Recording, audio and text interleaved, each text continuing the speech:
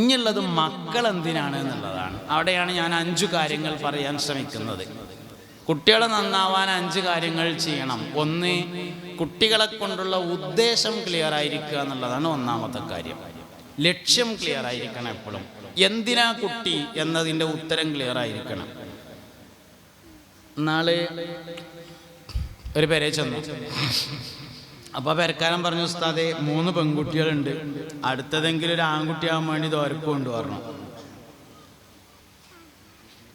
അപ്പം ഞാൻ ചോദിച്ചു, അതിപ്പോൾ എന്തിനാ ഇനിയിപ്പോൾ ഒരു ആൺകുട്ടി എന്ന് ചോദിച്ചു. ഞാൻ പൊതുവെ അങ്ങനെ തമാശ ഒന്നും പറയലില്ല, എന്നാലും അങ്ങനെ ഇടയ്ക്കൊക്കെ ഒന്ന് പറയാം. അങ്ങനെയാണ് ആൾക്കാർ ഞാൻ തമാശ പറയുന്ന പറഞ്ഞത്, പക്ഷെ ഞാൻ അങ്ങനെ പറയലില്ല, എപ്പോഴേലൊക്കെ ഒന്ന് പറയും. അപ്പം ഞാൻ ചോദിച്ചു, എന്താ പിന്നെ ഒരു ആൺകുട്ടി എന്ന് ചോദിച്ചു. അതിൽ മൂപ്പര് പറഞ്ഞു, അത് നമുക്ക് ഈ നാളും പ്രായമൊക്കെ ആവുമ്പോഴേ ദണ്ണത്തിലൊക്കെ കിടക്കുമ്പോൾ ആശുപത്രിയിലൊക്കെ ആവുമ്പോൾ മരുന്നെടുത്തൊക്കെ തരാൻ അവനാൻ്റെ വെച്ചിട്ട് ഒരു ആൺകുട്ടി വേണ്ട വെച്ചിട്ടാണ് പറഞ്ഞു. എന്താ ഈ പറഞ്ഞേ, എനിക്ക് മനസ്സിലായോ? നമ്മൾക്ക് വയസ്സായി നാളും പ്രായമൊക്കെ ആയിട്ട് ദണ്ണത്ത് കിടന്നിട്ട് ആശുപത്രിയിലാവുമ്പോൾ മരുന്നെടുത്തരാൻ അവനാൻ്റെ വെച്ചിട്ട് ഒരാൺകുട്ടി വേണ്ട വെച്ചിട്ടാണ് എന്ന് വേണോ? കീശയിൽ പൈസ ഉണ്ടെങ്കിലേ നേഴ്സിനെ വെച്ചാൽ അവനാൻ്റെ കുട്ടികൾ നോക്കണേനേക്കാൾ ഉഷാറായിട്ടുണ്ട്. അതിന് കീശയെ കൈണ്ടായാൽ മതി. ദണ്ണത് കിടക്കുമ്പോൾ മരുന്നെടുത്ത് തരാൻ അങ്ങനെ ഒരു കുട്ടി വേണമെന്നൊന്നുമില്ല. വെറുതെ ആവശ്യമില്ലാത്ത ഈ പറഞ്ഞ ഒക്കെ അബദ്ധമാണ് എന്നുള്ളതാണ്. 1 വയസ്സാവുമ്പോൾ ദണ്ണത്ത് കിടക്കണം എന്നൊരു നിർബന്ധമില്ല. ആദ്യം അവിടെ തന്നെ പോയിക്കൊണ്ട് സംഗതി. വയസ്സാവുമ്പോൾ ദണ്ണത് കിടക്കണം എന്നൊരു നിർബന്ധമില്ലല്ലോ. ഇനി ദണ്ണത്തിലാണെങ്കിൽ തന്നെ ആശുപത്രിയിലാവണമെന്ന് അത്രയും നിർബന്ധമില്ല. പിന്നെ 3-മത്തേതാണ് മരുന്നെടുത്ത് തരാൻ. നമ്മളെ കുട്ടികളെ പണിയും മരുന്നെടുത്ത് തരലാണല്ലോ, വേറെ എന്തൊക്കെ പണിയുണ്ടോ അവർക്ക്. അപ്പോൾ അങ്ങനെ 1 ലക്ഷ്യം ക്ലിയർ. അപ്പോൾ എന്നാൽ പിന്നെ അതല്ലെങ്കിൽ പിന്നെ എന്താന്നുള്ളതാണ്. അപ്പോൾ പിന്നെ നമുക്ക് അടുത്തതായിട്ട് മനസ്സിലേക്ക് വരാൻ എന്താ വെച്ചാൽ, കുറേ സ്വത്തും മുതലൊക്കെ അല്ലേ, അതിനൊരു അനന്തരാവകാശി വേണ്ടതെന്നാണ് പിന്നെ അടുത്തതായിട്ട് തോന്നുക. അനന്തരാവകാശികൾ അങ്ങനെ അനിവാര്യമായൊരു ഘടകമാണെങ്കിൽ അത് ആദ്യം അമ്പിയാക്കൾക്കാണ് ഉണ്ടാവേണ്ടത്. നബിമാർക്കൊന്നും അനന്തരാവകാശമല്ല. നഹ്നു മആശറൽ അംബിയാ ലാ നൂറസു ഹബീബുനാ റസൂലുള്ളാഹി സ്വല്ലല്ലാഹു അലൈഹി വസല്ലം തങ്ങൾ പറഞ്ഞിട്ടുണ്ട്, ഞങ്ങൾ അമ്പിയാക്കളുടെ സമൂഹം സ്വത്തിൽ അനന്തരമില്ലാത്തവരാണ്. മുത്തുനബി സല്ലല്ലാഹു അലൈഹി വസല്ലം വഫാത്തായപ്പോൾ കുറച്ച് സംഭവങ്ങളൊക്കെ ഉണ്ടായിരുന്നു. അത് സിദ്ദീഖുൽ അക്ബർ റളിയല്ലാഹു അൻഹു ഭരണം ഏറ്റെടുത്തു. ബൈത്തുൽ മാലിൽ അടക്കുകയാണ് ചെയ്തത്. ഫാത്തിമ ബീവി കൊടുത്തിട്ടില്ല. അമ്പിയാക്കളുടെ സ്വത്തിൽ അനന്തരം ഉണ്ടാവില്ല. അതുകൊണ്ട് അനന്തരം ഉണ്ടാവുക എന്നുള്ള അത്ര നിർബന്ധമായ കാര്യമൊന്നുമില്ല. ഉണ്ടെങ്കിൽ നല്ല തന്നെയാണ്, കുഴപ്പമൊന്നുമില്ല. പിന്നെന്തിനാ കുട്ടി? പിന്നുള്ളത് നമ്മൾ ആ തറവാട് നിലനിർത്താൻ വേണ്ടിയിട്ട് എന്നാണ് 3-മത് നമുക്ക് തോന്നുക. തറവാട് നിലനിർത്താന്ന് പറഞ്ഞാൽ ഇപ്പം അതിന് ഞമ്മക്ക് തന്നെ കുട്ടി ഉണ്ടാകണമെന്നൊന്നുമില്ല. തറവാട്ടിൽ ആർക്കെങ്കിലും ഉണ്ടായാലും പോരെ. അല്ലെങ്കിൽ ഇപ്പം നമ്മൾ ഈ തറവാട് എന്നൊക്കെ പറഞ്ഞത് ആദം നബിയുടെ തറവാടാണെങ്കിൽ എല്ലാവരും പെട്ട തന്നെയാണ്. പിന്നെ ഇപ്പം നമ്മളിങ്ങനെ സൗകര്യത്തിന് വേണ്ടിയിട്ടുള്ള കിഴക്കേതിൽ പടിഞ്ഞാറേതിൽ തെക്കേതിൽ വടക്കേതിൽ എന്നൊക്കെ പറഞ്ഞ സാധനങ്ങളാണ് പിന്നെ ഉള്ളത്. അതൊന്നും ഇപ്പം നിലനിന്നോളം നിർബന്ധമില്ല. നിൽക്കുകയാണെങ്കിൽ നല്ല തന്നെയാണ് എന്നുള്ളതാണ്. സത്യത്തിൽ മക്കൾ എന്തിനാണെന്നതിൻ്റെ ലക്ഷ്യം ക്ലിയർ ആക്കുന്നില്ല എന്നുള്ളതാണ് കുട്ടികൾ നന്നാവാത്തതിൻ്റെ 1-മത്തെ കാരണം. ഞാനിങ്ങനെ കുറേ ആലോചിച്ച് നോക്കിയിട്ടുണ്ട്. ഏറ്റവും നല്ല ലക്ഷ്യമായിട്ട് എനിക്ക് തോന്നിയത്, മുഹമ്മദ് നബി സല്ലല്ലാഹു അലൈഹി വസല്ലമയുടെ ഉമ്മത്തിന്റെ വർധനവിന് വേണ്ടി എന്ന് നിയത്ത് ചെയ്യലാണെന്നാണ്. മുഹമ്മദ് നബിയുടെ സല്ലല്ലാഹു അലൈഹി വസല്ലം 120 വരികളിലായി ആളുകൾ സ്വർഗത്തിലേക്ക് വരി നിൽക്കുമെന്നാണ്. അതിൽ 90 വരി മുത്തുനബിയുടെ ഉമ്മത്താവുന്നുണ്ട് സല്ലല്ലാഹു അലൈഹി വസല്ലം. അതുകൊണ്ട് നാളെ സ്വർഗത്തിലേക്ക് പോകുന്ന നബി തങ്ങളുടെ ഉമ്മത്തിൻ്റെ വർധനവിന് വേണ്ടി എന്ന് മക്കളെ കൊണ്ട് നിയത്ത് ചെയ്യലാണ് ഏറ്റവും നല്ല നിയത്ത് എന്നാണ് എൻ്റെ ഒരു അഭിപ്രായം. പല നിയത്തും ചെയ്യാം. സ്വാലിഹാക്കാൻ, സ്വാലിഹെ വളർത്താൻ, ഇൽമു പഠിപ്പിക്കാൻ, അങ്ങനെ പലതും ചെയ്യാം. അൽഹംദുലില്ലാ ഇവിടെ നല്ല ദർസൊക്കെ നടക്കുന്നുണ്ട്. ദർസ് വളരെ പവിത്രമാണ്. നമ്മളിപ്പോൾ പല സ്ഥലത്തും കണ്ടുകൊണ്ടിരിക്കുന്ന ഒരു സംഭവം എന്താ വെച്ചാൽ, ഹിഫ്ള് എന്നുള്ളതൊരു ട്രെൻഡായിട്ടുണ്ട്. മോശമെന്നല്ല ഞാൻ പറഞ്ഞ കേട്ടോ, പൊതുവെ അങ്ങനെ ആയിട്ടുണ്ട്. പക്ഷെ പഴമക്കാരായ ആളുകളൊക്കെ എപ്പോഴും ആഗ്രഹിച്ചിരുന്നത് മക്കളെ ആലിമാക്കണം എന്നാണ്. ഓരോരു ഇഫ്ള് മാത്രം ഉണ്ടായിട്ട് ഇൽമില്ലെങ്കിൽ, നമ്മളെ നാട്ടിലൊക്കെ സിമെൻ്റൊക്കെ തേക്കാൻ വരുന്ന ബംഗാളികളിലൊക്കെ നല്ല നല്ല ആഫിലിങ്ങളുണ്ട്. വിളിച്ചിട്ട് ഓദിച്ചോക്കാണ് നിങ്ങൾ, അടിപൊളിയായിട്ട് ഓതിത്തരും. അപ്പോൾ ഹാഫിൽ മാത്രമായതുകൊണ്ട് വലിയ പ്രയോജനമൊന്നും ഉണ്ടാവില്ല. ഹാഫിലും ആലിമും കൂടി ആകുമ്പോഴാണ് പ്രയോജനം ഉണ്ടാകുന്നത്. ദർസുള്ള പള്ളികളിൽ ദുആക്ക് പ്രത്യേകമായി ഇജാബത്ത് ഉണ്ടാവുന്നതാണ്. പള്ളികളിൽ ഇജാബത്ത് നഷ്ടപ്പെട്ടതിന് കുറേ കാരണങ്ങൾ പറയുന്നുണ്ട്. അതിലെ പ്രധാനപ്പെട്ട ഒരു കാരണം പള്ളിയിൽ നിന്ന് ദർസ് നഷ്ടപ്പെട്ടു പോകുന്നു എന്നുള്ളത് ഇജാബത്ത് കുറയാൻ കാരണമായിട്ടുണ്ട് എന്നുള്ളതാണ്. മാബൈന ഖബരി വ മിമ്പരി റൗളത്തും മിൻ റിയാദിൽ ജന്ന എന്ന് പറഞ്ഞുകൊടുത്ത് എൻ്റെ ഖബറിൻ്റെയും എൻ്റെ മിമ്പറിൻ്റെയും ഇടയിൽ സ്വർഗത്തോപ്പാണ് എന്ന് പറഞ്ഞുകൊടുത്ത് എന്താണ് അങ്ങനെ പറയാൻ കാരണമെന്ന് മഹത്തുക്കൾ പരിശോധിച്ചിട്ട് പറയണത്, മുദരിസായ നബി സല്ലല്ലാഹു അലൈഹി വസല്ലം തങ്ങൾ വീട്ടിൽ നിന്ന് പള്ളിയിലേക്കും പള്ളിയിൽ നിന്ന് വീട്ടിലേക്കും നടന്ന സ്ഥലമാണത് എന്നതാണ്. അതിനോട് യോജിക്കുന്ന പ്രയോഗം തന്നെയാണ് മജ്ലിസുൽ ഇൽമി റൗളത്തും മിൻ റിയാദിൽ ജന്ന എന്ന പ്രയോഗവും എന്നാണ്.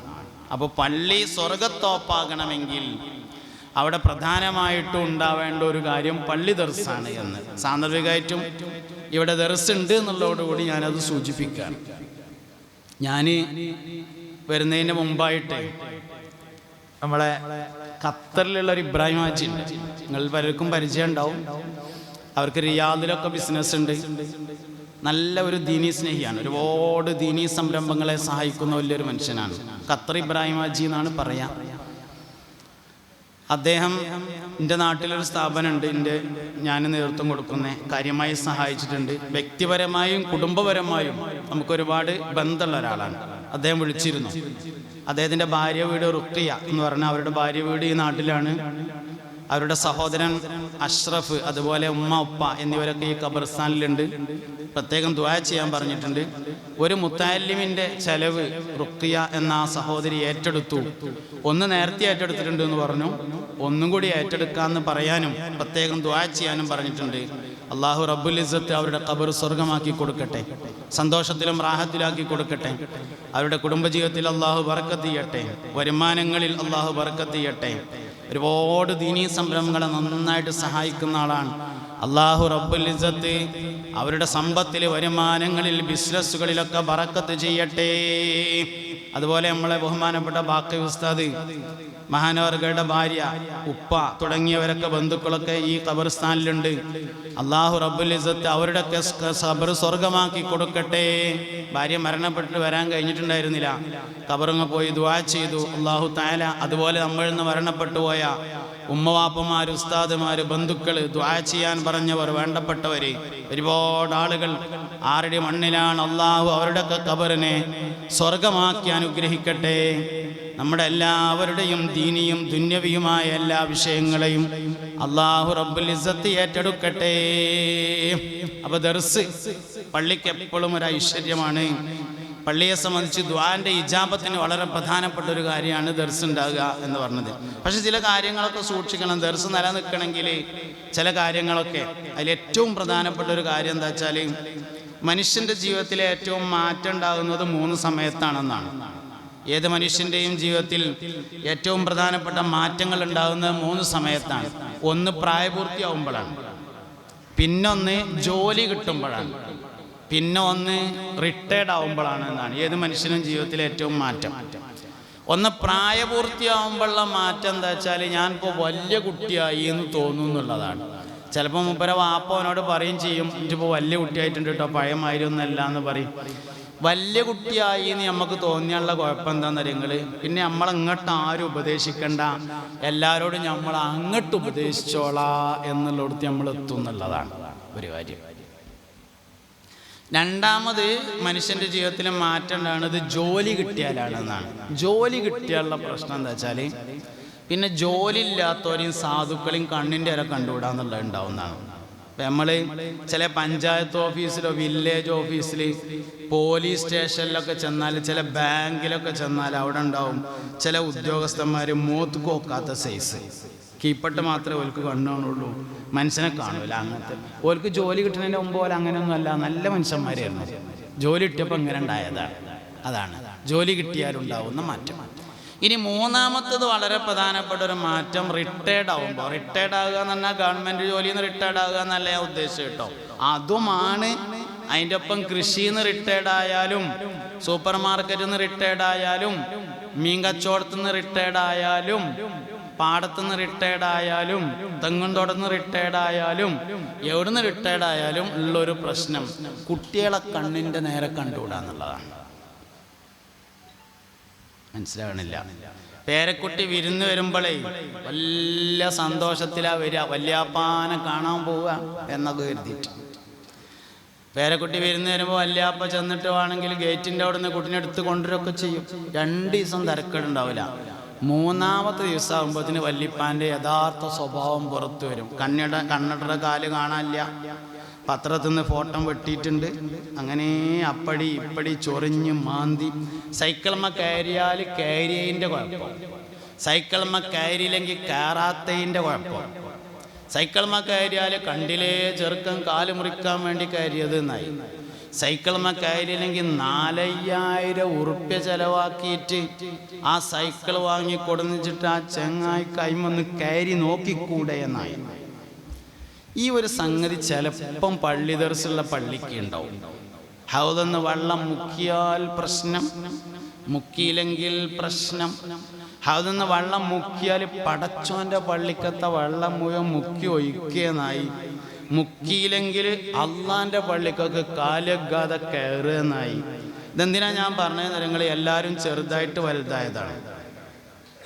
ആരും ഈ വലുപ്പത്തിൽ ഉമ്മ പ്രസവിച്ചതല്ല. സ്വാലിഹ് നബിയുടെ ഒട്ടകം മാത്രമേ പാറിൻ്റെ ഉള്ളിൽ നിന്ന് വന്നിട്ടുള്ളൂ. ബാക്കിയൊക്കെ ചെറുതായിട്ട് വലുതായത് തന്നെയാണ്. ചിലതൊക്കെ കണ്ടില്ലാന്ന് വെക്കേണ്ടി വരും, അപ്പോഴേ സംഗതിയൊക്കെ നിലനിന്ന് പോവുള്ളൂ എന്ന് പറയാനാണ് ഞാൻ സൂചിപ്പിച്ചത്. ചിലതൊക്കെ നമ്മളങ്ങനെ, അത് പെരയിലാണെങ്കിലും അങ്ങനെ തന്നെയാണ്, പള്ളിക്ക് മാത്രമല്ല അങ്ങാടിയിലാണെങ്കിലും അങ്ങനെ തന്നെയാണ്, പെരയിലാണെങ്കിലും അങ്ങനെ തന്നെയാണ്. അല്ലെങ്കിലും എൻ്റെ അഭിപ്രായത്തിൽ ചെറുപ്പക്കാരൊന്നല്ല കേടാൻ നിൽക്കുന്നത്, വയസ്സന്മാരാന്നുള്ള അഭിപ്രായം എനിക്കുള്ളത്. റമദാൻ മാസമായാലും അങ്ങാടിയത്തെ പള്ളിയത്തെ ഹൗദക്ക് വെള്ളം അടിച്ചാലും തികണില്ല. വയസ്സന്മാർ നിൽക്കരിച്ചിട്ടാ, ചെറുപ്പക്കാർ കാര്യങ്ങൾ നിൽക്കരിച്ചിട്ട്. പണ്ടൊക്കെ ഈ റമദാൻ മാസം ആയാൽ പുതിയാപ്പള സൽക്കാരുണ്ടാവും, നോമ്പുതുറ പുതിയാപ്പള സൽക്കാരുണ്ടാവും. അതിനൊരു 20 ആൾ പോയാലും മിക്കവാറും 16 ആളും നോലുമ്പില്ലാത്തവരാണ് പണ്ട് പോവുക. 4 ആൾ മാത്രമേ നോലുമ്പുള്ള ഉണ്ടാവുക. ഇന്നങ്ങനെയല്ല. ഇന്ന് പുതിയാപ്പള സൽക്കാരത്തിന് 20 ആൾ പോകുന്നുണ്ടെങ്കിൽ 20 ആൾക്കും നോലുമ്പുണ്ട്, വണ്ടിയുടെ ഡ്രൈവർക്കും നോലുമ്പുണ്ട്, ബസ്സിൽ അതേ ലൈൻ ബസ് പോണേ ഡ്രൈവർക്ക് നോമ്പുണ്ട്, കണ്ടക്ടർക്ക് നോമ്പുണ്ട്. അപ്പോൾ ചെറുപ്പക്കാരൊക്കെ കുറേ നേരമായിട്ടുണ്ട്. നമ്മൾ പ്രായമായ ആളുകൾ ചെയ്യേണ്ട ചില കാര്യങ്ങളുണ്ട്, അത് നമ്മൾ ചെയ്യുന്നില്ല എന്നതാണ് പ്രശ്നം. വിഷയത്തിലേക്ക് മടങ്ങുകയാണ്. അപ്പം അതുകൊണ്ട് മക്കൾ നന്നാവാൻ ഒന്ന് ലക്ഷ്യം നന്നായിരിക്കണം എന്നതാണ്. രണ്ടാമത്തത് ഉദ്ദേശത്തിനനുസരിച്ച് പേര് നൽകണം എന്നതാണ് രണ്ടാമത്തെ കാര്യം. പേരിടുമ്പോൾ 3 കാര്യങ്ങളാണ് സൂക്ഷിക്കേണ്ടത്. ഒന്ന്, പേരിന് നല്ല ഒരർത്ഥം ഉണ്ടായിരിക്കണം. അറബിയനാവണം നിർബന്ധമൊന്നുമില്ല, നല്ലൊരർത്ഥമുള്ള പേരായിരിക്കുക. എന്നാൽ അർത്ഥത്തേക്കാൾ പ്രധാനപ്പെട്ടതാണ് പേരിൻ്റെ താരീഖ്. ഇത് ആരെ പേരാണ് എന്നുള്ളത് വളരെ പ്രധാനമാണ്. ആരുടെ പേരാകുന്നു? എൻ്റെ ഒരു സുഹൃത്തുണ്ടായിരുന്നു, ഇക്ബാൽ എന്ന് പറഞ്ഞിട്ട്, പഠിക്കൽ ഇക്ബാൽ, KTK ഇക്ബാൽ എന്നാ പറയാം. നല്ലൊരു ദീനീ പ്രവർത്തകനാണ്, നേരത്തെ മരണപ്പെട്ടു, അള്ളാഹു മഗ്ഫിറത്ത് കൊടുക്കട്ടെ. അപ്പോൾ ഇക്ബാലിന് 3 ആൺകുട്ടികളാണ്. ഇക്ബാലിന് മക്കളുണ്ടായാൽ നമ്മളെ സബീനയിലെ ബദർ മൗലിദ് ഉണ്ട്. ആ ബദർ മൗലിദിൻ്റെ അവസാനത്തെ ഹദീസിന് തുറന്നു വെച്ചിട്ട് ഭാര്യനോട് പറയും, ഇതിൽ നിന്ന് ഏത് തിരഞ്ഞെടുത്താലും കുഴപ്പമില്ല എന്നാണ്. മക്കൾക്കൊക്കെ ബദരീങ്ങളെ പേരിട്ട്, പേരിനനുസരിച്ചുണ്ടാവും മനുഷ്യന്നാണ്. അതുകൊണ്ട് പേരിൻ്റെ താരീഖ് വളരെ പ്രധാനപ്പെട്ടതാണ്. ഇതാരെ താരീഖാണ്? മോനെ അബൂബക്കർ എന്ന് പേരിടുമ്പോൾ അബൂബക്കർ സിദ്ദീഖിൻ്റെ പേര് ഇക്കോട്ടെ എന്ന് കരുതിങ്ങാണ്ടാണ് ഇട്ടതാണെങ്കിൽ ചുരുങ്ങിയത് ജോയിന്റ് സെക്രട്ടറിയെങ്കിലോ. അങ്ങനെയാണ്. നിങ്ങൾ ചോദിച്ചാൽ എന്താണെന്നൊക്കെ എനിക്കറിയാം, അങ്ങനെയാണ് സംഗതി. പക്ഷെ അബൂബക്കർ സിദ്ദീഖിൻ്റെ പേര് ഇക്കോട്ടെ എന്ന് കരുതിയിട്ട് ഇടണം. അങ്ങനെയാണ് ചരിത്രം. പേരിൻ്റെ ചരിത്രം വളരെ പ്രധാനമാണ്. ബദരീങ്ങളെ പേരിൻ്റെ കൂട്ടത്തിലൊക്കെ കുറേ പേര് ഇഞ്ഞു നമ്മൾ ഇടാൻ ബാക്കിയുണ്ട്, കുറേ പേരുണ്ട്. അത് 313 ഉള്ളൂ എന്ന് പറഞ്ഞിട്ട് കാര്യമില്ല. അതിൽ നല്ല നല്ല പേര് കുറേ ഉണ്ട്. ഉണ്ട്. അലിഫൻ സുബൈറു യുബ്രിഉ സഅദുൻ സഈദുൻ ഹാനിഉ അസ്അദു ഇമ്രാനു വ ഉബയ്യുൻ ഉബയ്യുൻ അബ്ദുല്ലാഹ് ലാ ഇലാഹ ഇല്ലല്ലാഹു ലാ ഇലാഹ ഇല്ലല്ലാഹ് ലാ ഇലാഹ ഇല്ലല്ലാഹു മുഹമ്മദുർ റസൂലുള്ളാഹ്. അപ്പോൾ ബദരീങ്ങളെ പേരിടാം. മുഹ്യിദ്ദീൻ ഷെയ്ഖ് ഇപ്പൊ പഴയ പെണ്ണുങ്ങൾക്കൊക്കെ പഴയ പേര് മോഡലായി വരുന്നുണ്ട്. മോഡലാന്ന് കരുതിട്ടാൽ മോഡലിൻ്റെ മാതിരി ഉണ്ടാവുള്ളൂ, ആമിന ബീവിൻ്റെ മാതിരി ഉണ്ടാവില്ല റളിയല്ലാഹു അൻഹ. ആമിന ബീവിൻ്റെ പേരാണ് എന്ന് കരുതിട്ടാലേ ആമിന ബീവിൻ്റെ മാതിരിയേ ഉള്ളൂ. ആമിന ബീവി എന്ന് പറഞ്ഞാൽ മുത്തുനബിയുടെ അമ്മയാണ് റളിയല്ലാഹു അൻഹ. മക്കളെ കൊണ്ട് വിജയിച്ച ഉമ്മാന്റെ ഉദാഹരണമാണ് ആമിന ബീവി റളിയല്ലാഹു അൻഹ. ലോകത്തെ ഏറ്റവും സന്തോഷം അനുഭവിച്ച ഗർഭിണിയാണ് ആമിന ബീവി റളിയല്ലാഹു അൻഹ. ആമിന ബീവിയുടെ സ്വപ്നങ്ങൾ വരെ പ്രകാശത്തിന്റെ കൊട്ടാരങ്ങളായിരുന്നു, മുൻകഴിഞ്ഞ അമ്പിയാക്കളായിരുന്നു. അതാണ് ആമിന ബീവി. ആയിഷ റളിയല്ലാഹു അൻഹ ആയിഷ ബീവിയുടെ പേരാണ് എന്ന് കരുതിങ്ങാണ്ടിട്ടാലേ ആയിഷ ബീവിന്റെ മാതിരിയാവുള്ളൂ. 3600 ചില്ലാന ഹദീസാണ് ആയിഷ ബീവി റിപ്പോർട്ട് ചെയ്തത് റളിയല്ലാഹു അൻഹ. ഖദീജ ബീവിയുടെ പേരാണ് എന്ന് കരുതിട്ടാലേ ഖദീജ ബീവിന്റെ മാതിരിയാവുള്ളൂ. മുസ്തഫ നബി സല്ലല്ലാഹു അലൈഹി വസല്ലമ തങ്ങൾ എപ്പോഴും അനുസ്മരിക്കാറുണ്ടായിരുന്ന ഭാര്യയാണ് സയ്യിദത്തുനാ ഖദീജ റളിയല്ലാഹു അൻഹ. അപ്പം അതുകൊണ്ട് പേരിൻ്റെ താരീഖാണ് രണ്ടാമത്തത്. ഇനി ഇതിനേക്കാൾ പ്രധാനപ്പെട്ട ഒരു മൂന്നാമത്തെ കാര്യമുണ്ട്, പേരിൻ്റെ ഉദ്ദേശം. എന്ത് ഉദ്ദേശത്തിലാണ് ഈ പേരിട്ടത്? നബി തങ്ങൾക്ക് മുഹമ്മദ് എന്ന് പേരിട്ടു സല്ലല്ലാഹു അലൈഹി വസല്ലം. അബ്ദുൽ മുത്തലിബ് ഇൽഹാമാണത്. അബ്ദുൽ മുത്തലിബിന് അള്ളാഹു നൽകിയ ഇൽഹാമായിരുന്നു കാരണം. മുഹമ്മദ് എന്ന് പേരിട്ടു. അപ്പൊ ഖുറൈശികൾ ചോദിച്ചു, എന്താപ്പത് അബ്ദുൽ മുത്തലിബെ, കേട്ടുകേൾവിയില്ലാത്തൊരു പേര്, ഇന്ന് വരെ ഞങ്ങൾ ഇങ്ങനെ ഒരു പേര് കേട്ടിട്ടില്ലല്ലോ. അപ്പൊ പറഞ്ഞു, അറത്തു അഹ്മദഹു മൻ അലൽ ഖബ്റാ മുഹമ്മദൻ സമ്മൗ നബിയൽ ഹുദാ വഹുവ അഹഖുൻ നാസി ബിൽ ഹംദി സല്ലാ അലൈഹില്ലാഹു മാ അശ്റഖത് സംസുല്ലാഹ ഫീ ദാലിക സഅദി. നമുക്കൊരു ബക്കറ്റ് വീഡിയോ ഒക്കെ നടത്തണ്ടേ? അത് നടത്തുക. സംഘാടകർ ബക്കറ്റുമായി വരും, പൈസക്ക് വേണ്ടിയിട്ടാണത്, അല്ലാതെ ചായൻ്റെ ഗ്ലാസ് ഇട്ട് കൊടുക്കാനല്ല. അപ്പോൾ അതുകൊണ്ട് എല്ലാവരും ഉള്ളതിനനുസരിച്ച് കാര്യമായിട്ടൊക്കെ സഹായിക്കണം. സ്റ്റേജിലുള്ളവരടുത്തൊന്നും പിരിച്ചോളി, ഞാനല്ലാത്ത എല്ലാവരുടെ അടുത്തൊന്നും പിരിച്ചോളി. വേണ്ട, സ്റ്റേജിമൊന്നും പിരിച്ചോളി.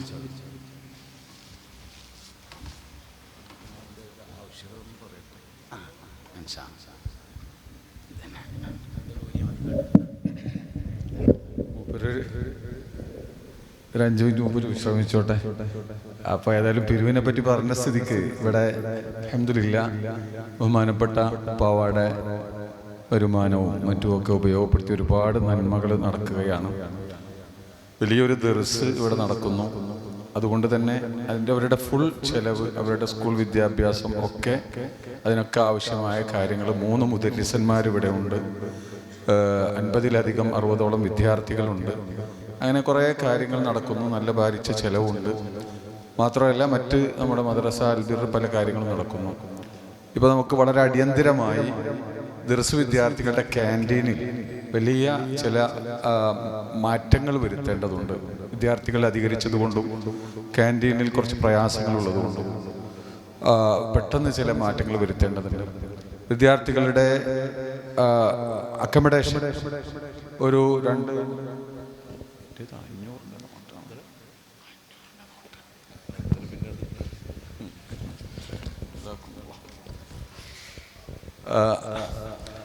പിന്നെ എല്ലാവരും കേട്ടുപോയില്ലേ?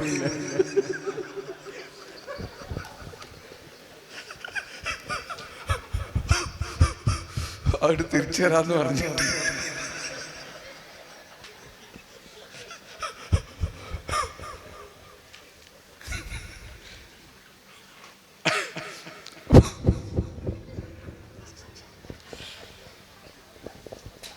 അൽഹംദുലില്ലാ അങ്ങനെയാണ്.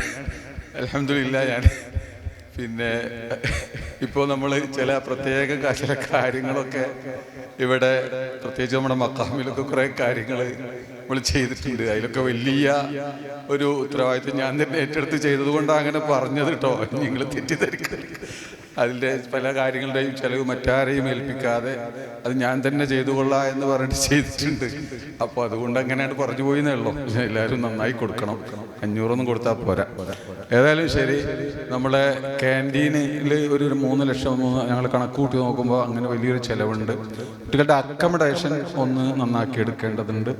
അതിനു വേണ്ടിയും ഒരു 3 ലക്ഷത്തിലധികം പിന്നെ നമുക്ക് ആവശ്യമാണ്. പിന്നെ അതുപോലെ ഞങ്ങൾ ഏകദേശം ഒരു വളരെ അത്യാവശ്യമായി ചെയ്യേണ്ടുന്ന ഒരു 5-10 ലക്ഷത്തിൻ്റെ കാര്യങ്ങൾ വളരെ പെട്ടെന്ന് ചെയ്യേണ്ടത് കണക്കൂട്ടി വെച്ചിട്ടുണ്ട്. ഇതൊക്കെ നമുക്ക് ഈ ആണ്ടിൻ്റെ ശേഷം ചെയ്യണമെന്നുണ്ട്. അതുപോലെ ഈ വിദ്യാർത്ഥികളുടെ ചെലവ്, ആ ചെലവിലേക്ക് നമുക്ക് വലിയ ഒരു സംഖ്യ അതും ആവശ്യമാണ്. അപ്പോൾ കുട്ടികളുടെ ചെലവ് ഏറ്റെടുക്കുകയാണ് ഓരോരുത്തരും. അപ്പോൾ അൽഹംദുലില്ലാ കുറേ ആളുകൾ മുന്നേ ഏറ്റെടുത്തവരുണ്ട്, കഴിഞ്ഞ പരിപാടികൾ ഏറ്റെടുത്തവരുണ്ട്. ഇന്നിപ്പോൾ നമ്മുടെ പന്തായി റുഖിയനെ സംബന്ധിച്ചാണ് പറഞ്ഞത്, അവർ ഏറ്റെടുത്തിട്ടുണ്ട് ഒരു കുട്ടിയുടെ കാര്യം. അപ്പോൾ അങ്ങനെയുള്ള കാര്യങ്ങളിലൊക്കെ നിങ്ങളുടെ സഹകരണം വളരെ ആവശ്യമാണ്. അല്ലാഹു സുബ്ഹാനഹു വ തആല അതൊക്കെ ഖബൂൽ ചെയ്യുമാറാവട്ടെ, നമ്മുടെ ഇഹപര വിജയത്തിന് അതൊക്കെ കാരണമാക്കി തരുമാറാവട്ടെ എന്ന് ദുആ ചെയ്യുന്നു. ബഹുമാനപ്പെട്ട ഉസ്താദ് തുടങ്ങി.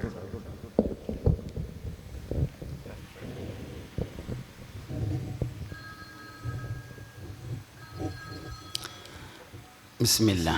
അൻത ഉമ്മുന്നം അബൂൻ മാ റഅയ്നാ ഫീഹിമാ മിസ്ല ഹുസ്നിക ഖത്തു യാ സയ്യിദി ഖൈറൻ നബി ലാ ഇലാഹ ഇല്ലല്ലാഹു ലാ ഇലാഹ ഇല്ലല്ലാഹ് لا إله إلا الله محمد رسول الله أنت منجينا غدا من شفاعتك الصفا من لنا مثلك يا سيدي خير النبي لا إله إلا الله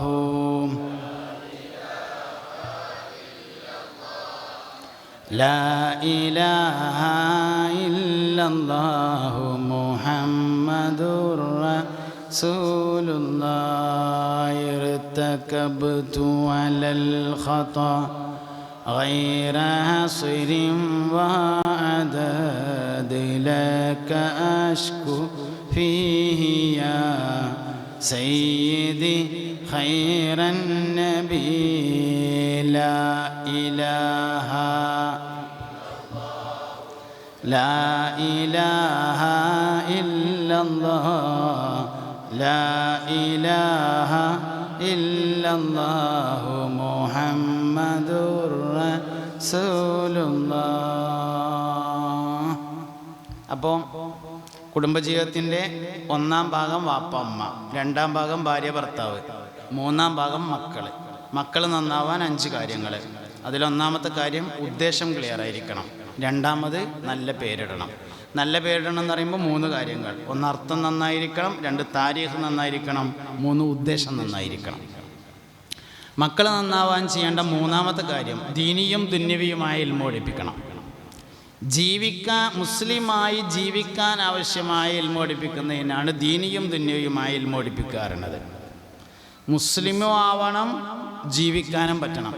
ജീവിക്കാൻ പറ്റിയാൽ മാത്രം പോരാ, മുസ്ലിമൊക്കെ ആവും, ജീവിക്കാൻ പറ്റണില്ല, അങ്ങനത്തെ ആയാൽ പോരാ. മുസ്ലിമും ആവണം, ജീവിക്കാനും പറ്റണം, 2നും കൂടി പറ്റിയ. ഭൗതികം എത്ര പഠിച്ചാലും കുഴപ്പമില്ല, അതിനനുസരിച്ച് മതം പഠിച്ചിരുന്നാൽ മതി. മതം പഠിക്കാതെ ഭൗതികം മാത്രം പഠിച്ചാൽ അവർ പഠിച്ചത് കൊണ്ട് അവർക്ക് തന്നെ ഉപകാരം ഉണ്ടായിരിക്കില്ല എന്നാണ്. ഉമ്മാക്കും വാപ്പാക്കും ഏതായാലും കാര്യം ഉണ്ടാവില്ല, അവർക്കെങ്കിലും കാര്യം വേണ്ടേ, അതും ഉണ്ടാവില്ല. അതുകൊണ്ട് മതം പഠിക്കണം, ഭൗതികം പഠിക്കണം. ഭൗതികം എത്ര പഠിച്ചാലും കുഴപ്പമില്ല, അതിനനുസരിച്ച് ദീനും പഠിച്ചാൽ മതി. അതാണ് മൂന്നാമത്തെ കാര്യം. നാലാമത്തെ കാര്യം ഹലാലും തൊയ്യബുമായ ഭക്ഷണം മാത്രം കഴിക്കാൻ കൊടുക്കണം എന്നുള്ളതാണ്. തിന്നാൻ കൊടുക്കേണ്ടത് എപ്പോഴും തൊയ്യബായിരിക്കണം. ഹലാല് മാത്രമായാൽ പോരാ, തൊയ്യബുമായിരിക്കണം. ഹലാലാകാൻ പല വകുപ്പും ഉണ്ടാവും, തൊയ്യബാവാൻ വകുപ്പ് കുറവാണ്. അതുകൊണ്ട് തൊയ്യബായിരിക്കുക എന്നുള്ളത് പ്രധാനമാണ്. നാലാമത്തെ കാര്യം, മാതാപിതാക്കൾ മക്കൾക്ക് വേണ്ടി മനസ്സറിഞ്ഞ് ദ്വാരക്കണം. ഉമ്മാൻ്റെയും വാപ്പാൻ്റെയും ദ്വാൻ്റെ അത്രേ മക്കൾക്ക് ഉപകാരമുള്ള വേറൊരു ദ്വയും ദുന്യാവിലില്ല. അതുകൊണ്ട് മാതാപിതാക്കൾ മക്കൾക്ക് വേണ്ടി മനസ്സറിഞ്ഞ് ദ്വാരക്കണം. സയ്യിദുനാ മുഹമ്മദ് ബിൻ ഇസ്മായിൽ അൽ ബുഖാരി റളിയല്ലാഹു അൻഹുവിന് ഉമ്മാൻ്റെ ദ്വ കിട്ടിയതാണ്. ബഹുമാനപ്പെട്ട മുഹമ്മദ് ബിൻ ഇദ്രീസ് ശാഫിഈ റളിയല്ലാഹു അൻഹുവിന് ഉമ്മാൻ്റെ ദ്വ കിട്ടിയതാണ്. ബഹുമാനപ്പെട്ട ഗൗസുൽ ആലം സുൽത്താൻ മുഹിയുദ്ദീൻ അബ്ദുൽ ഖാദിർ അൽ ജീലാനി ഖദ്ദസല്ലാഹു സിർറഹുൽ അസീസ് മഹാനവറുകൾക്ക് ഉമ്മാൻ്റെ ദ്വ കിട്ടിയതാണ്. ഇവിടെ പരാമർശിച്ചു ബഹുമാനപ്പെട്ട അബുൽ ഹസൻ അലിയിനി ഷാദുലി റളിയല്ലാഹു അൻഹുവിനെ കുറിച്ച്. ഉമ്മാൻ്റെ ദ്വയാണത്. ഷാദുലി ഇമാം റളിയല്ലാഹു അൻഹുവിൻ്റെ ജീവിതത്തിൻ്റെ നല്ലൊരു ഭാഗം പിന്നിട്ടതിൻ്റെ ശേഷം കണ്ണിന് കാഴ്ച പരിപൂർണമായും നഷ്ടപ്പെട്ടിരുന്നു. മഹാനവറുകൾ വഫാത്താവുമ്പോൾ തീരെ കണ്ണ് കാണാതെയാണ് വഫാത്താവുന്നത്. സ്വർഗത്തിലാദ്യം റബ്ബിനെ കാണുന്നത് കണ്ണിന് കാഴ്ച നശിച്ചവൻ തന്നാണത്. റൂഹുൽ ബയാൻ നീ നോക്ക് രണ്ടിൽ ഉണ്ടിത് 686 പറയുന്നത്. അബുൽ ഹസൻ അലി ഷാദിലി റളിയല്ലാഹുവിനെ കുറിച്ചുകൂടെ പരാമർശിച്ചുകൊണ്ട് ഞാൻ പറഞ്ഞു എന്നേ ഉള്ളൂ. നമ്മളിന്ന് സാധാരണ ചെല്ലുന്ന ഒരുപാട് ദിക്റുകൾ ഉണ്ടല്ലോ. നമ്മളെ സബീന ഉണ്ടല്ലോ, സബീനയിലുള്ള മിക്കവാറും ദിക്റുകളൊക്കെ ഷാദുലിയാക്കളുടേതാണ്. താജുസ്സലാത്ത്, നാരിയത്തുസ്സലാത്ത്, ദലായിലുൽ ഖൈറാത്ത്, ബുർദബൈത്ത്. മഹാനായ ഇമാം ബൂസൂരി റളിയല്ലാഹു അൻഹു ഷാദുലിയാണ്. അപ്പം അങ്ങനെ ഒരുപാട് നമുക്ക് കേരളക്കാർക്ക് പ്രത്യേകിച്ചും ഒരു ബന്ധമുള്ള ആളാണ് അബുൽ ഹസൻ അലി ഷാദുലി റളിയല്ലാഹു അൻഹു. ഉമ്മാൻ്റെ ദ്വയാണ് എന്ന് പറഞ്ഞാണ് ഞാൻ. ഗൗസുല്ലാദമിൻ്റെ ഉമ്മാൻ്റെ ദ്വയാണ് യഥാർത്ഥത്തിൽ. ഗൗസുല്ലാദമിൻ്റെ വാപ്പ നേരത്തെ മരണപ്പെട്ടിരുന്നു. ഉമ്മയാണ് 25 വർഷം പഠിപ്പിക്കുന്നതും ഉമ്മ തന്നെയാണ്. ഉമ്മാൻ്റെ അടുത്ത് നിന്ന് തന്നെയാണ് പ്രാഥമിക വിദ്യാഭ്യാസം മഹാനായ ഗൗസുല്ലാദം നേടുന്നതും. ദീനീ പ്രബോധനത്തിന് ഒരുപാട് കാലം 25 വയസ്സിൽ നാട് വിട്ടിട്ട് ദീൻ പഠിക്കാൻ വേണ്ടി 25 കൊല്ലം ചുറ്റി നടന്നു. അങ്ങനെ 50 വയസ്സ് 40 വർഷം ദർസ് നടത്തുകയും വയല് പറയുകയും ചെയ്തു. അതിൻ്റെ കൂടെ മഹാനവറുകൾക്ക് കച്ചവടം ഉണ്ടായിരുന്നു. 65 കൊല്ലം കച്ചവടം ചെയ്ത് 91-ാമത്തെ വയസ്സിൽ മഹാനവറുകൾ ലോകത്തോട് ഇവിടെ പറഞ്ഞു. 25 ആണ്ടോളം ചുറ്റി നടന്നോവർ ഇരിയന്നായകൽ കേട്ടാരേ ഇരുന്നോവർ 40 ഇറ്റാണ്ടോളം വയത് പറഞ്ഞോവർ നന്നായി 90 കൊല്ലം ഇരുന്നോവർ. അള്ളാഹു അവരുടെയൊക്കെ മദദ് ഫൈലാനിനെ നമ്മളിലേക്ക് വർഷിപ്പിക്കട്ടെ. ബഹുമാനപ്പെട്ട മുഹമ്മദ് എന്ന ഷെയ്ഖുപ്പാപ്പ അള്ളാഹു അവരുടെ മദദിനെയും ഫൈലാനിലെയും നമ്മളിലേക്ക് വർഷിപ്പിക്കട്ടെ. അവരുടെ തിരുനോട്ടമുള്ള ഒരു മഹത്തായ സദസ്സായി ഈ സദസ്സിനെ അള്ളാഹു നമ്മളിൽ നിന്നും കബൂൽ ചെയ്യട്ടെ. മുഅ്മിനീങ്ങളെ, ഇനി പറയാൻ ബാക്കിയുള്ളത് ബന്ധു എന്ന് പറയുന്ന വിശാലാർത്ഥത്തിൽ ജ്യേഷ്ഠന്മാർ, അനുജന്മാർ, എളാപ്പാർ, മൂത്താപ്പാർ. ജ്യേഷ്ഠന്മാരും അനുജന്മാരും തമ്മിൽ മുണ്ടൂലെങ്കിൽ, എളാപ്പിയും മൂത്താപ്പിയും തമ്മിൽ മുണ്ടൂലെങ്കിൽ ഞാൻ അതിന് പറയുന്ന ഒറ്റ നിർദ്ദേശമേ ഉള്ളൂ. അടുത്ത വെള്ളിയാഴ്ച അങ്ങാടി പോകുമ്പോൾ 10 ഉറുപ്പ്യ കൊടുത്താൽ അല്ലെങ്കിൽ 20 ഉറുപ്പ്യ കൊടുത്താൽ യൂസുഫ് നബിയുടെ കഥയുള്ള ഒരു പുസ്തകം കിട്ടും. മഹാനായ സയ്യിദുനാ യൂസുഫ് നബി അലൈഹി ഇസ്ലാമിൻ്റെ താരീഖുള്ള ഒരു ബുക്ക്. അത് വാങ്ങിക്കൊണ്ടിരാം. അത് വാങ്ങിക്കൊടുന്നിട്ട് ഓരോട്ടം ആദ്യം വായിച്ചു നോക്കുക. മുണ്ടാത്ത ജ്യേഷ്ഠൻ്റെ അടുത്തേക്ക് പോയി സലാം പറയാൻ തോന്നുന്നുണ്ടെങ്കിൽ ഓരോട്ടം വായിക്കുമ്പോൾ നിർത്താം. തോന്നുന്നില്ലെങ്കിൽ രണ്ടാമത് പിന്നെയും വായിക്കുക. അങ്ങനെ എപ്പോഴാണ് മുണ്ടാത്ത അഞ്ചൻ്റെ അല്ലെങ്കിൽ മുണ്ടാത്ത എളാപ്പാൻ്റെ അടുത്ത് പോയിട്ട് അസ്സലാമു അലൈക്കും എളാപ്പ ഒന്നും വിചാരിക്കണ്ട കേട്ടോ എന്ന് പറയാൻ തോന്നുന്നത് അതുവരെ വായിക്കുക. യൂസുഫ് നബി അലൈഹി ഇസ്ലാമിനെ ജ്യേഷ്ഠന്മാർ കൊണ്ടുപോയിട്ട് കിണറ്റിലിട്ടു. അത്തിരിട്ടൊന്നും ഇപ്പം നമ്മളെ കാരണന്മാർ നമ്മളോട് ചെയ്തിട്ടില്ലല്ലോ.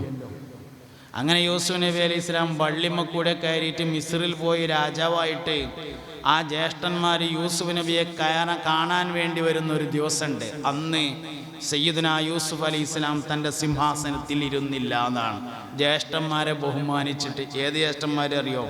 ഈ കിണറ്റിലിട്ട ആൾക്കാർ. ആ മനുഷ്യന് അല്ലാഹു വലിയൊരു ദർജ കൊടുത്തു യൂസുഫ് നബിക്ക്. എന്താ ദർജ? ഒരിക്കൽ സയ്യിദുനാ യൂസുഫ് നബി അലൈഹി ഇസ്ലാമിനോട് നൈൽ നദിയുടെ ഒരു കരയിലാണ് മഹാനവറുകൾ താമസിക്കുന്നത്. മറുകരയിൽ താമസിക്കുന്ന ആളുകൾ വന്നിട്ട് പറഞ്ഞു, യൂസുഫേ നിങ്ങൾ കുറച്ചാലും ഞങ്ങളെ നാട്ടിലൊന്ന് വന്ന് പാർക്കണം എന്ന് പറഞ്ഞു. മഹാനവറുകൾ ചോദിച്ചപ്പോൾ എന്തിനാ ഞങ്ങളെ നാട്ടിൽ വന്ന് താമസിക്കണമെന്ന് ചോദിച്ചു. അതിൽ പറഞ്ഞു, നിങ്ങൾ ഇവിടെ താമസിച്ചിട്ട് ഇവിടെ എല്ലാവർക്കും നല്ല പൈസ ഉണ്ടായിട്ടുണ്ട്. ഞങ്ങളെ നാട്ടിൽ വന്ന് കുറച്ച് ദിവസം പാർത്താൽ അവിടെ എല്ലാവർക്കും നല്ല പൈസ ഉണ്ടാവും, ജലസേചനം നടക്കും, കൃഷിയൊക്കെ ഉഷാറായും കടക്ക് വീടും പെരപ്പണിയൊക്കെ തീരുന്ന ഞങ്ങളുടെ അഭിപ്രായം പറഞ്ഞു. സയ്യിദുനാ യൂസുഫ് അലൈഹി ഇസ്ലാം പറഞ്ഞു, ഇന്നെ കൊണ്ട് അങ്ങനെ ഒരു കാര്യം ഉണ്ടെങ്കിൽ ആയിക്കോട്ടെ, ഞാൻ വരാമെന്ന് പറഞ്ഞു. അങ്ങനെ നൈലിൻ്റെ മറുകരയിൽ പോയി മഹാനായ സയ്യിദുനാ യൂസുഫ് നബി അലൈഹി ഇസ്ലാം താമസിച്ചു. അവർ വിചാരിച്ചതുപോലെ തന്നെ ജലസേചനം നടന്നു, കൃഷി ഉണ്ടായി, വരുമാനമുണ്ടായി, വീട് പണികൾ തീർന്നു, കടങ്ങൾ വീടി, റാഹത്തായി, എല്ലാവർക്കും സമ്പത്തുണ്ടായി. എന്നാൽ മടങ്ങിപ്പോരുന്നതിന് മുമ്പ് മഹാനായ സയ്യിദുനാ യൂസുഫ് നബി അലൈഹി ഇസ്ലാം അവിടെ വെച്ചുകൊണ്ട് വഫാത്തായി. വഫാത്തായപ്പോൾ നാട്ടുകാർക്കിടയിൽ ഒരു തർക്കമുണ്ടായി. അക്കരമുള്ള ആൾക്കാർ പറഞ്ഞു, യൂസുഫിനെ ഇവിടെ മറവ് ചെയ്യണം, ഇവിടുന്നല്ലേ മരിച്ചത്, അമ്പിയാക്കൾ വഫാത്തായോടെ തന്നെ മറവ് ചെയ്യണം എന്നാണ് പറഞ്ഞു. ഇക്കരമക്കാർ വന്നു, അതിപ്പോഴേ വിട്ടെന്നാൽ ശരിയാവില്ല, അത് മൂപ്പര് അവിടെ ഉള്ളതാണ്, മൂപ്പര് കുറച്ചൊന്നും ഇവിടെ വന്ന് നിന്നു എന്നേ ഉള്ളൂ, ഞങ്ങൾ കൊണ്ടുപോവുകയാണ് പറഞ്ഞു. അപ്പം അക്കരമക്കാർ പറഞ്ഞു, കൊണ്ടുപോകാൻ പാടില്ല എന്ന് പറഞ്ഞു.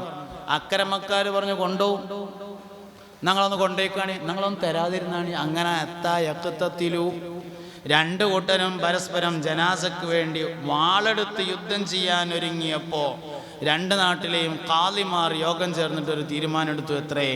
യൂസുഫ് നബി അലൈഹി ഇസ്ലാമിനെ ഒരു പെട്ടിയിലാക്കിയിട്ട് നൈൽ നദിയുടെ നടുവിൽ മണലും ചാക്ക് വെച്ച് വെള്ളം കെട്ടി നിർത്തിയിട്ട് പെട്ടിയിലാക്കി മറവ് ചെയ്ത് വെള്ളം രണ്ടു ഭാഗത്തേക്കും തിരിച്ചുവിടാൻ.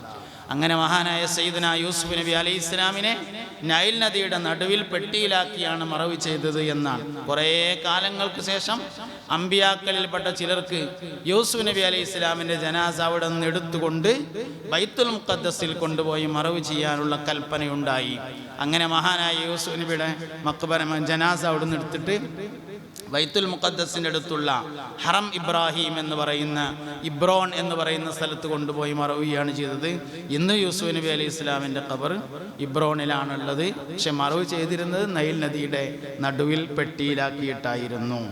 ആ മനുഷ്യൻ പോയോടത്തൊക്കെ പൈസ ഉണ്ടാകുക, പോയോടത്തൊക്കെ കൃഷി ഉണ്ടാകുക, പോയോടത്തൊക്കെ ആൾക്കാർക്ക് വലിയ സൗകര്യങ്ങൾ ഉണ്ടാകുക. എന്തുണ്ടായത്? മഹാനവറുകളുടെ ജീവിതത്തിലെ ചില പ്രത്യേകമായ ടേണിംഗ് പോയിന്റുകളാണ് യഥാർത്ഥത്തിലത്. മൻ അഹബ്ബ അൻ യുബ്സത ലഹു ഫീ റിസ്ഖിഹി വയൻസ ലഹു ഫീ അസ്രിഹി ഫല്യസിൽ റഹിമഹു ഹബീബുനാ റസൂലുള്ളാഹി. ആർക്കെങ്കിലും ആയുസ് ദീർഘമാകണമെന്നും ഭക്ഷണം വിശാലമാകണമെന്നും ആഗ്രഹിക്കുന്നുവെങ്കിൽ അവൻ കുടുംബബന്ധം ചേർക്കട്ടെ എന്ന് അഷ്റഫുൽ ഖൽഖ് ഹബീബുനാ റസൂലുള്ളാഹി. റിസ്ക് എന്ന് പറഞ്ഞാൽ ഭക്ഷണം എന്ന് മാത്രമല്ല കേട്ടോ, ഭക്ഷണത്തിലേക്കുള്ള വഴിയും റിസ്ക്കാണ്, ഭക്ഷണത്തിലേക്കുള്ള വഴികളും റിസ്ക്കാണ്. യഥാർത്ഥത്തിൽ അരിയോ ഗോതമ്പോ ഒന്നുമല്ല ഭക്ഷണം എന്ന് പറഞ്ഞത്, ഭക്ഷണത്തിൻ്റെ തൗഫീഖാണ്. പൈസ ഉണ്ടായതുകൊണ്ട് ഭക്ഷണം ഉണ്ടായിക്കോണമെന്നില്ല, ഭക്ഷണം ഉണ്ടായാൽ തന്നെ കഴിക്കാനുള്ള തൗഫീഖ് ഉണ്ടായിക്കോണമെന്നില്ല. തൗഫീഖ് ഉണ്ടായാൽ സമയാസമയങ്ങളിൽ വന്നുകൊണ്ടിരിക്കുമെന്നാണ്. അതുകൊണ്ട് ഭക്ഷണത്തിൻ്റെ തൗഫീഖാണ് എപ്പോഴും വേണ്ടത്. ഞാനൊക്കെ ഇപ്പം ഇന്ന് രാത്രി തിന്നത് എന്താന്ന് പറയുകയാണെങ്കിൽ നിങ്ങളെ തൊള്ളയിൽ കൂടെ കപ്പലിങ്ങനെ പോകും. എമ്മാതിരി വലിപ്പമുള്ള കോയിൻ്റെ കഷ്ണമൊക്കെ ആയിരുന്നു എന്ന് പറയാം. ഞങ്ങൾ അസൂയ ഉണ്ടായിട്ടൊന്നും കാര്യമില്ല. എല്ലാവരെയും വാപ്പാർ അത്യാവശ്യം ഓതാൻ കൊണ്ടാക്കിയില്ലേ, ഫത്തുൽ മുഈൻ പകുതിക്കെത്തിയപ്പോൾ ചാടിപ്പോന്നതല്ലേ, അതിന് ഇന്നെ പറഞ്ഞിട്ട് എന്താ കാര്യം? അങ്ങനെയല്ലോ മുഴുവനാക്കാത്തതിൻ്റെ കുഴപ്പം. മുത്തല്ലിമീങ്ങളോടും പറയാനുള്ളത് ഒരു കാര്യമാണ്, നല്ലത് കേടെന്നാൽ പറ്റ കുരുത്തം കെട്ടതാവും. അതുകൊണ്ട് തുടങ്ങി വെച്ചത് പൂർത്തിയാക്കിയില്ലെങ്കിൽ സംഗതി പ്രശ്നമാവും. അതുകൊണ്ട് നന്മയുടെ വഴിയിൽ പ്രവേശിച്ചിട്ടുള്ള ആളുകൾ അത് പൂർത്തിയാക്കാൻ വേണ്ടി ശപഥം ചെയ്യണം. അപ്പോഴൊക്കെയാണ് ബറക്കത്തും. സ്ത്രീകളുടെ ഭാഗത്ത് നിന്ന് ഒരു കുട്ടിയുടെ ചെലവ് ഏറ്റെടുത്തതായിട്ടുള്ള അറിയിപ്പുണ്ട്. അള്ളാഹു റബ്ബുൽ ഇസ്സത്ത് കബൂൽ ചെയ്യട്ടെ, ജാരിയായ സ്വതക്കയാക്കട്ടെ. അവരുടെ മരണപ്പെട്ടു പോയ ആരെല്ലാം ഉണ്ട് അവരുടെയൊക്കെ ഖബറിനെ അള്ളാഹു സ്വർഗമാക്കി കൊടുക്കട്ടെ.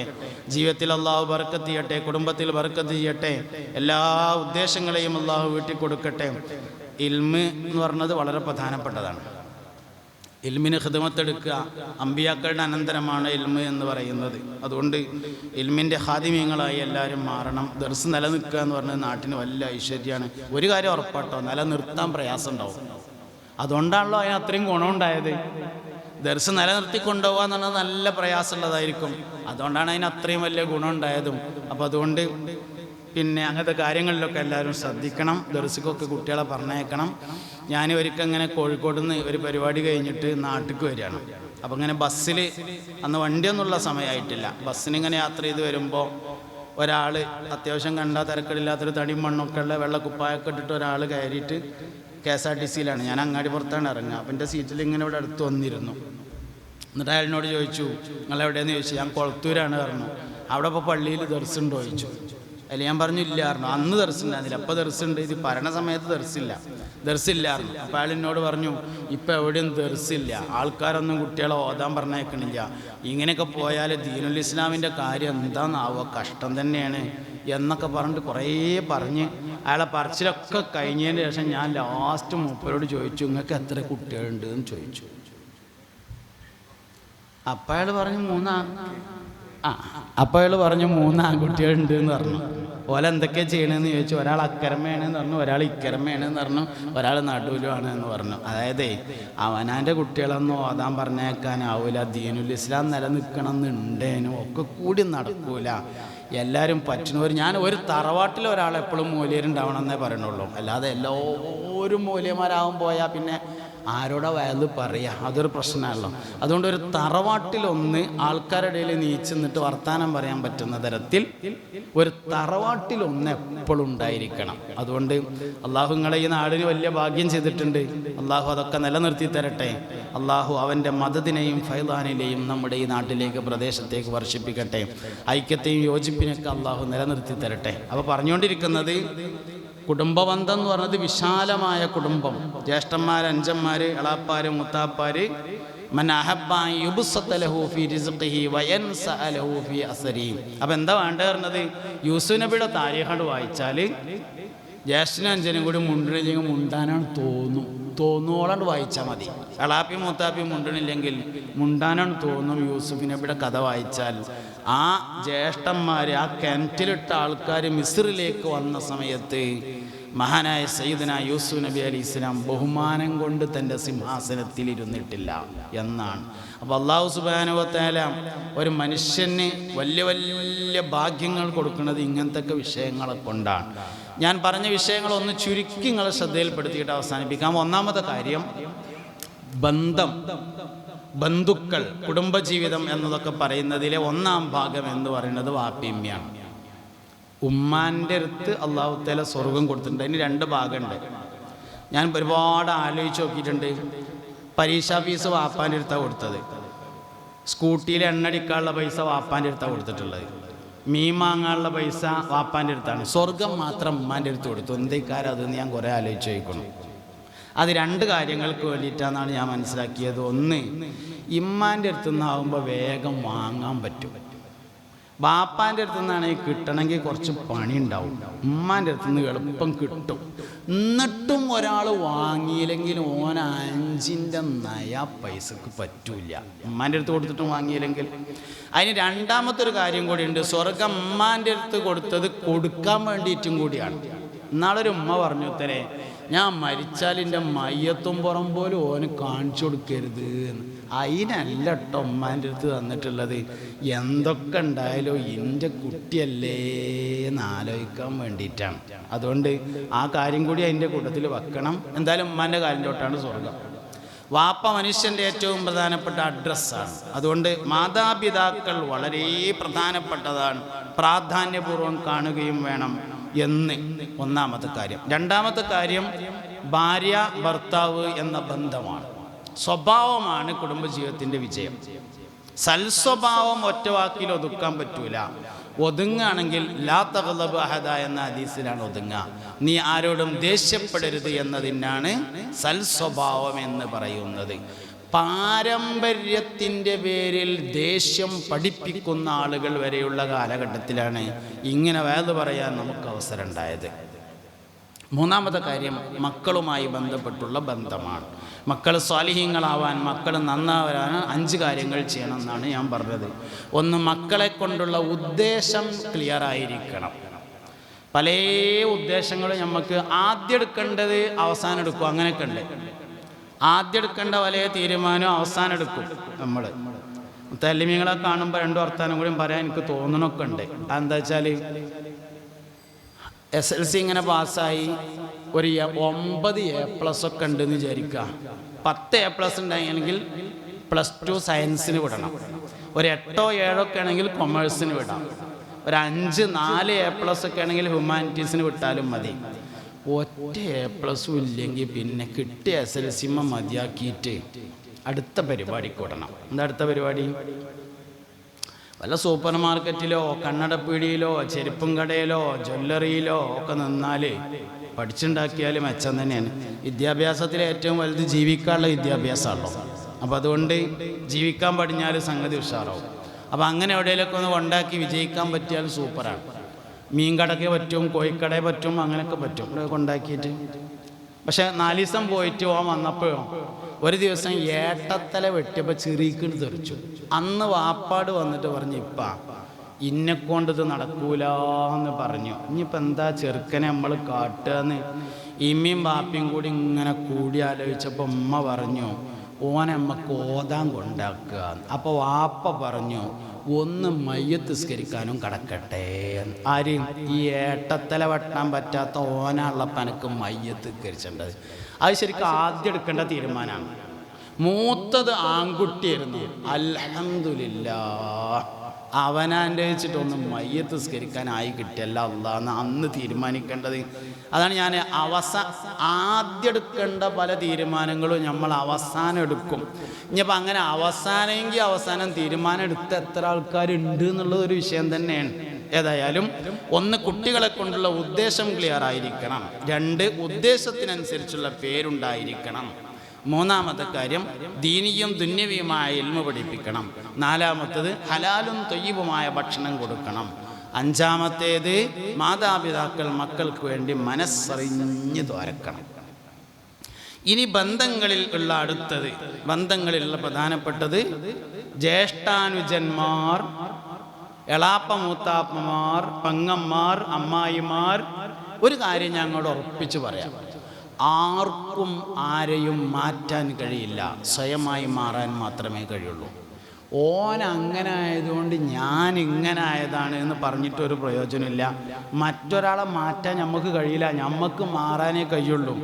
വലിയ ഒരു ചെമ്പട്ടിയിൽ നിറയെ വെള്ളം ഒഴിച്ചിട്ട് അതിൽ കുറച്ച് ഓക്കപ്പൊടിയും പുണ്ണാക്കും ലേശം ഉപ്പും ഇട്ടിട്ട് ഇങ്ങനെ ഇളക്കിയിട്ട് മൂരിക്കൊട്ടിനിങ്ങനെ കൊടുങ്ങാണ്ട് തല പിടിച്ച് താത്താനേ കഴിയുള്ളൂ. വലിക്കണമെങ്കിൽ മൂരിക്കുട്ടി തന്നെ വിചാരിക്കണം. ആർക്കും ആരെയും മാറ്റാനൊന്നും കഴിയൂല, സ്വയമായി മാറാൻ മാത്രമാണ് കഴിയുക. നാട്ടുകാരൊക്കെ നന്നായിട്ട് നമ്മൾ നന്നാവാൻ തീരുമാനിച്ചിട്ട് ആ ജ്യേഷ്ഠൻ അങ്ങനെ ആയിട്ടല്ലേ, 5 എങ്ങനെ ആയിട്ടല്ലേ, അല്ലെങ്കിലും അളാപ്പനോട്. ശൈത്താൻ്റെ വലിയൊരു പണി എന്താ പറയുക, നിങ്ങൾ ന്യായം പറഞ്ഞു തരും. ശൈത്താൻ്റെ ഒരു മനുഷ്യ ശരീരത്തിൽ പിശാച് കയറിയാൽ ആദ്യം കയറുക നാവുമ്മൈക്കാരം. മനുഷ്യ ശരീരത്തിൽ ശൈത്താൻ കയറുമ്പോൾ ആദ്യം കയറുക നാവുമ്മൈക്കാരം. നാവുമ്മ ശൈത്താൻ കയറിയാൽ അവന് ന്യായം പറയാനല്ലാതെ വിവരം ഉപയോഗപ്പെടുകയില്ല എന്നതാണ് ഏറ്റവും പ്രധാനപ്പെട്ട അപകടം എന്ന് പറഞ്ഞത്. അതുകൊണ്ട് ഓന ആദ്യം സംഭവിച്ചതിന് ന്യായം പറയാന്നുള്ളതാണ്. ന്യായമൊന്നും പറഞ്ഞിട്ട് കാര്യമില്ല. നമുക്ക് മാറാനേ കഴിയുള്ളൂ, മറ്റുള്ള മാറ്റാൻ കഴിയില്ല. അതുകൊണ്ട് നമ്മൾ എന്തേ ചെയ്തത് എന്നുള്ളത് തന്നെയാണ് പ്രശ്നം. ഓലെന്തേ ചെയ്തത് എന്നുള്ളതിൽ ഉത്തരം ഓലാണ് പറയേണ്ടത്, നമ്മളല്ല. അതുകൊണ്ട് മാറ്റത്തിന് തയ്യാറെടുക്കുക എന്നുള്ളതാണ് കുടുംബ പ്രശ്നങ്ങൾ തീരാനുള്ള ഏറ്റവും വലിയ പരിഹാരമാർഗം. ഞാൻ പറഞ്ഞൊരു കാര്യം ആലോചിക്കുക, യൂസുഫ് നബിയുടെയും ജ്യേഷ്ഠന്മാരെയും കഥ വായിച്ചാൽ എളാപ്പി മക്കളും മുണ്ടും, ജ്യേഷ്ഠനും അഞ്ചനും മുണ്ടും, അമ്മകളും മുണ്ടും, പെങ്ങന്മാരും ആങ്ങളാരും മുണ്ടും, എല്ലാം ക്ലിയർ ആയിരിക്കും. അല്ലാഹു റബ്ബുൽ ഇസ്സത്ത് നല്ല കുടുംബ ജീവിതം നൽകി അനുഗ്രഹിക്കട്ടെ.